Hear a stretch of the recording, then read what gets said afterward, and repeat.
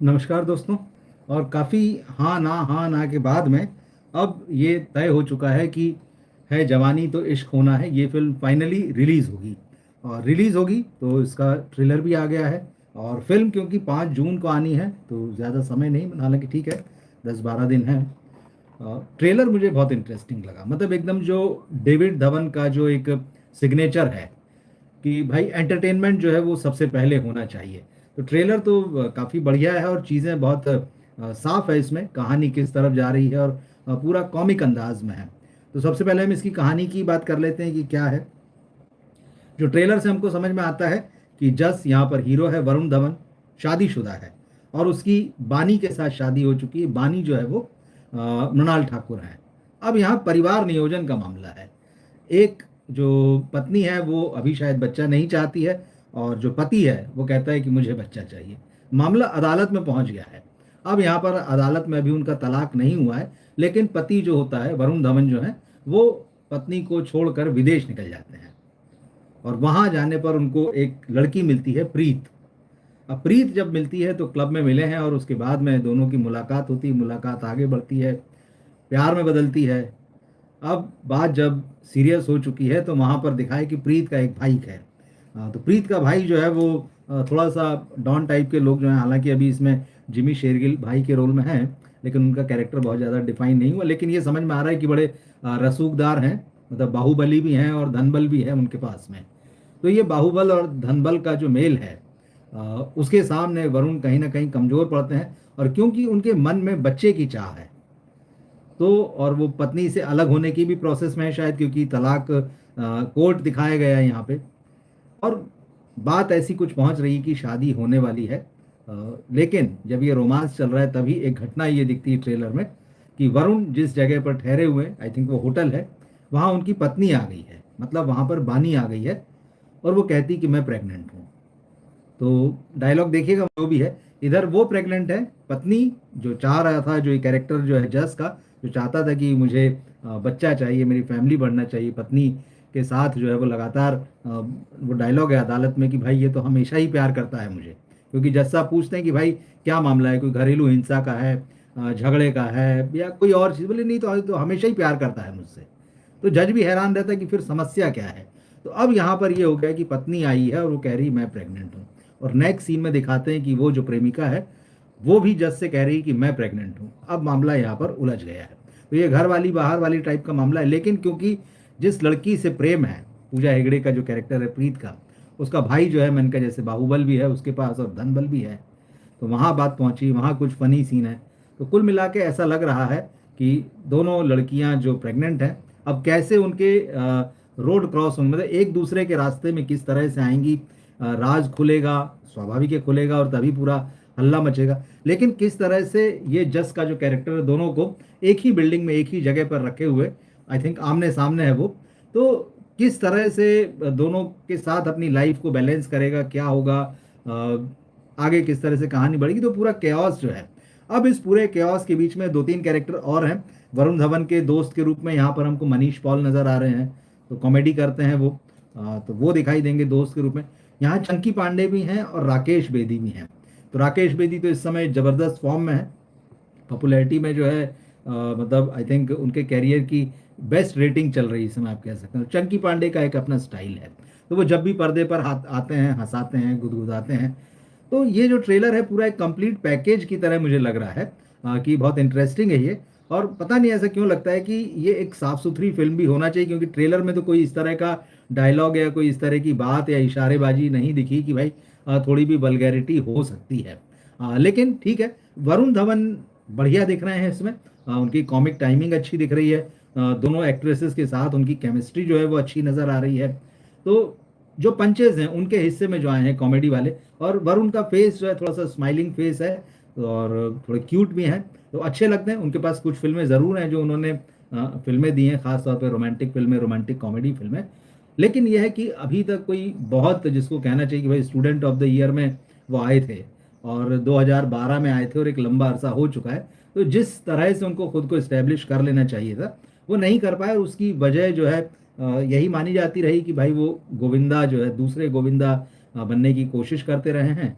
या डेविड धवन और गोविंदा गोविंदा की केमिस्ट्री हम सबको पता है। तो ये भी चीज़ें हैं कि शायद गोविंदा दूसरे गोविंदा के रूप में डेविड धवन उन्हें अपने बेटे को देखते हैं, और शायद उसी कोशिश में ओरिजिनलिटी नहीं निकली है। लेकिन इस फिल्म का ट्रेलर हमें ये बता रहा है कि वरुण बहुत अच्छे लग रहे हैं, पूजा हेगड़े बढ़िया लग रही हैं, जो उनका कैरेक्टर दिख रहा है इंटरेस्टिंग लग रहा है एक प्रेमिका के रूप में।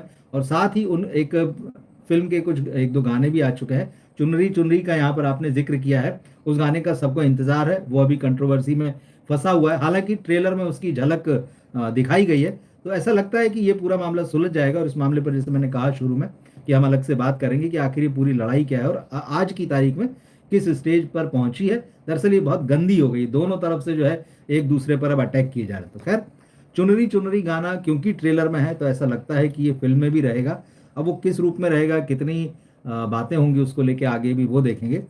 तो पूजा हेगड़े बढ़िया लग रही हैं, उनके कुछ हॉट सीन भी जो है फिल्म की टीम की तरफ से कुछ वीडियो की झलक और कुछ तस्वीरें मीडिया में डाली गई और काफ़ी अट्रैक्टिव हैं वो उसमें, तो लोगों का ध्यान खींचा है पूजा हेगड़े ने। तो मुझे लगता है इस फिल्म से पूजा हेगड़े को फ़ायदा होना चाहिए। जिस तरह का ट्रेलर में उन्होंने अटेंशन खींचा है, ट्रेलर से पहले जो उनकी तस्वीरें वगैरह आई है, क्योंकि वो साउथ के साथ साथ बॉलीवुड में भी अपने आप को जमाने की लंबे समय से कोशिशें कर रही हैं।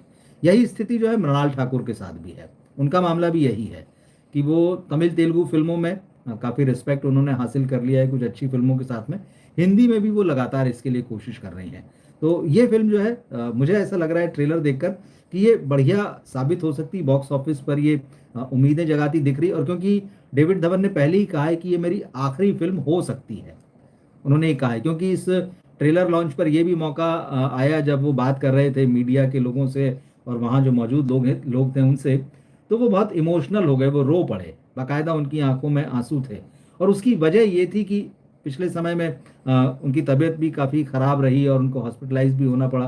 तो वरुण धवन की, हर पिता अपने बेटे को चाहता है, उसकी तारीफ करता है, लेकिन उन्होंने कहा कि वरुण धवन ने जिस तरह से उस वक्त मेरी केयर की, मेरी सेवा की, रात को वो अस्पताल में रुके रहते थे, तो उन्होंने कहा कि वो एक इंसान के रूप में तो बहुत ही शानदार है। उन्होंने कहा कि ऐसा बेटा जो है वो भगवान सबको दे।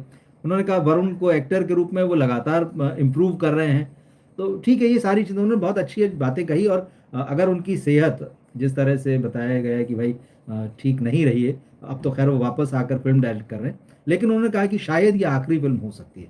तो अगर ऐसा भी होता है तो ये तय है कि डेविड धवन को पता है कि अब मैं बहुत ज़्यादा काम नहीं करने वाला हूँ, तो शायद उन्होंने अपनी तरफ से पूरा जोर लगाया होगा इस फिल्म को बेस्ट शेप देने में। तो वो इसके ट्रेलर में दिखाई दे रहा है। फिल्म की मेकिंग अच्छी दिख रही है, फिल्म के पंचेज अच्छे हैं और एक फैमिली एंटरटेनर की तरह लग रही, क्योंकि ट्रेलर में ऐसा कुछ भी आपत्तिजनक जो है वो नज़र नहीं आया। और मुझे लगता है जब यहाँ नहीं है तो वो फिल्म में भी नहीं होगा। अब एक चीज़ और मैं इस फिल्म को लेकर कहना चाहूँगा कि जिस तरह की खबरें या जिस तरह की चर्चाएं जो है टीज़र आने के बाद से शुरू हुई थी कि क्या गोविंदा की सैंडविच नाम की फिल्म थी, ये उसकी रीमेक है या उसकी कॉपी है। देखिए, वो फिल्म पूरी तरह से अलग थी और बाद में वरुण धवन ने भी एक इंटरव्यू में कहा कि भाई ये उस फिल्म का रीमेक या कॉपी नहीं। दरअसल सिर्फ मामला वही है कि जैसे सैंडविच में था कि गोविंदा जो है वो गांव से शहर आते हैं, एक लड़की से उनको, अमीर लड़की से प्यार हो जाता है और वो उसका भी भाई या पिता रहता है, वो भी रसूखदार फैमिली होती है।